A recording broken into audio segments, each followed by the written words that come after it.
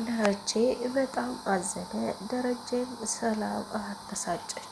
በህልሙ ራሱ ሰላም ሰላም እያለ ሲቃሽ ማርታ ደነገጠች። እንዴ ምን ተፈጥሮ ነው ሰላም ሰላም የምትለው ስትለው እሱም መልስ ሊሰጣት አልፈለገም። ምክንያቱም ደነገጠ። በህልሙ ምን እንዳወራና ምን እንደተናገረ ያላወቀው አዲሷ ሰራተኛ የመጣችው ከሰላም ቀጥላ ያለችው አሁን ከናታንም ላይ ከመጣች ጀምሮ ማፍጠት ጀምራለች።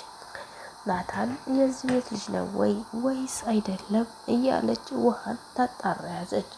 ኤቢ እንደፈራችው ናታንን ታይብኛለች፣ አዲሷ ሰራተኛ ምንም ቆንጆ መሆን የለባትም ስትል ነበር። ግን ከኤቢ የምትበልጥ መሆኗ ታየ። እሷም እንደገባች ስለ ናታን ማጣራት ጀመረች። ሴቱ ግን ድፍረቱ። ወይዘሮ ማርታ በጣም ታሳዝናለች። ወይዘሮ ማርታ ደረጀ ያደረገው ጸጸቱን ቢጸጽተው ግን በእሷ ላይ ይሄን ነገር ያደርጋል ብላ አንድም ቀን አስበው አታውቅም። ሰላም ያስረገዛት እሱ ይሆን እንዴ እያለች ማርታ ማሰብና መተገስ ጀመረች። እንዴ ለምን ሰላም ሰላም አለ? ከሰላም ጋር የሆነ ግንኙነት ባይኖረውማ ደረጀ በፍጹም ሰላም ሰላም አይልም ነበር። እናንተ ምን ተፈጥሮ ነው እያለች ናታንን ታጣራ ያዘች። ናታንም ምንም እንደማያውቅና ምንም እንዳልሰማ ነገራት። ወይስ ጎረቤቱ ባለው ተናዶ አስሬ ሰላም ሰላም የሚለው ብላ አሰበች። ብቻ ተናዶም ሊሆን ይችላል። የተፈጠረው ነገር ካለ ግን እማዬ አደራሽን አባዬ እንዳታስቀይሚው አላት። ናታን በጣም አስተዋይና ንግግሮቹ ቁጥብ ናቸው። በጣም ደስ የሚል ልጅ ነው። አያችሁ አንዳንድ ልጅ ቢሆን እውነት አድርጎ ከሆነ እንዳትለቂው ፍቺው ወይም አባሪው ይላት ነበር። ናታን ግን ተሳስቶ እንኳ የሆነ ነገር አድርጎ ከሆነ እባክሽ እማዬ እንዳትቀየሚው አደራ እያለ ማርታን ያጽናናት ያዘ። ማርታም በነገሮቹ ተስማምታ ናታን ያላትን መስማት ቀጠለች። በጣም ደስ የሚልና አስተዋይ ልጅ ነው ናታን። እውነት እንደዚህ ይመክራታል፣ እንደዚህ ያረጋጋታል ብዬ አላሰብኩም ነበር። አሁን ዘመን ላይ እንደ ናታን ያለ አስተዋይ ልጅ አይቻለቅም። ኤቢ ግን አባዬ ምን ሆነህ ነው ስትለው፣ ቆይ አንቺ በእኔ ስራ ትጸጸቻለሽ ወይስ አይዞክ ብለሽ ታበረታችኛለሽ አላት። አትሙት እንጂ ምንም ችግር የለውም የሰራከው ስራ ሁሉ በይቅርታ ያልፋል አለችው። እሷም ኤቢ አስተዋይ የሆነች ነው።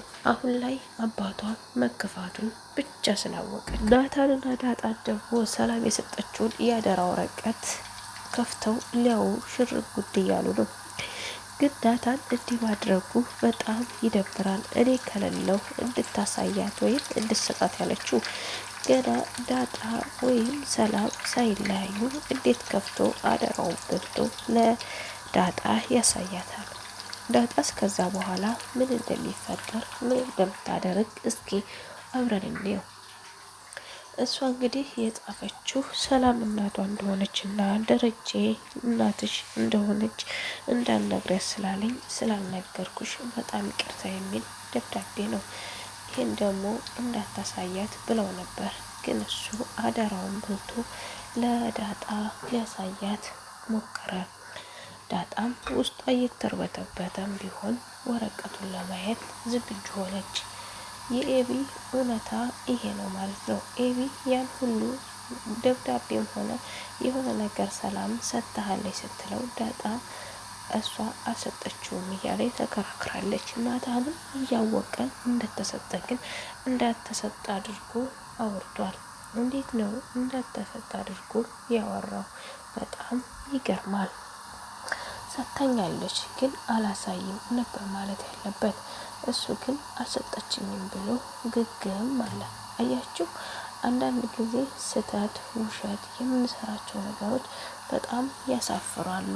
እና እሱም ያሳፈረው አሁን አልሰጠችኝም ብሎ ግግም ሲል ለወይዘሮ ማርታም ሳይቀር የዋሸው ለደረጃም ሳይቀር ምንም አይነት የሰጠችኝ ነገር የለም ብሎ ነው የዋሸው።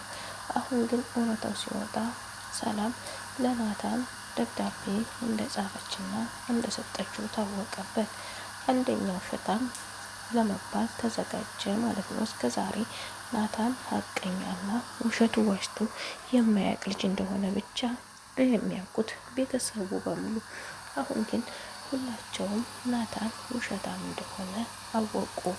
እና ታዲያ ወደፊት ምንም ነገር ቢፈጠር ከዳጣን ጋር እንኳ ቢጣላ ወይም የፍቅር ግንኙነት ላይ ተደርሶባቸው ቢታዩ ሁለታቸው ውሸታም እንደተሆኑ ይቀጥላል ማለት ነው። ውሸታምነታቸው እንደቀጠለ ይሆናል። መጀመሪያ ግን ባልዋሸ ሰጥታኛለች፣ ግን ለማንም ለማሳየት ፈቃደኛ አይደለሁም አላሳይም ብሎ ግግም ማለት ነበረበት። አሁን ግን እሱ ኪሳራ ላይ እንደሚወድቅ ደረጀ ራሱ ይቀየመዋል። አይገርማችሁም? ደረጀ እኮ ናታንን ልክ እንደ ልጁ ነው የሚያየው። አሁን ግን ዋሽቶ ሲገኝ እንዴት እንደሚያፈርና እንዴት እንደሚያፍርበት በኋላ ራሱ ያውቀዋል ማለት ነው። ቪዲዮን ከወደዳችሁት ላይክ፣ ሸር፣ ሰብስክራይብ አድርጉ። በቀጣይ ቪዲዮ ውስጥ የምንገናኝ። ሰላም ሁኑልኝ ውድ ሀገሬ ልጆች፣ ወዳችኋለሁ፣ አከብራችኋለሁ።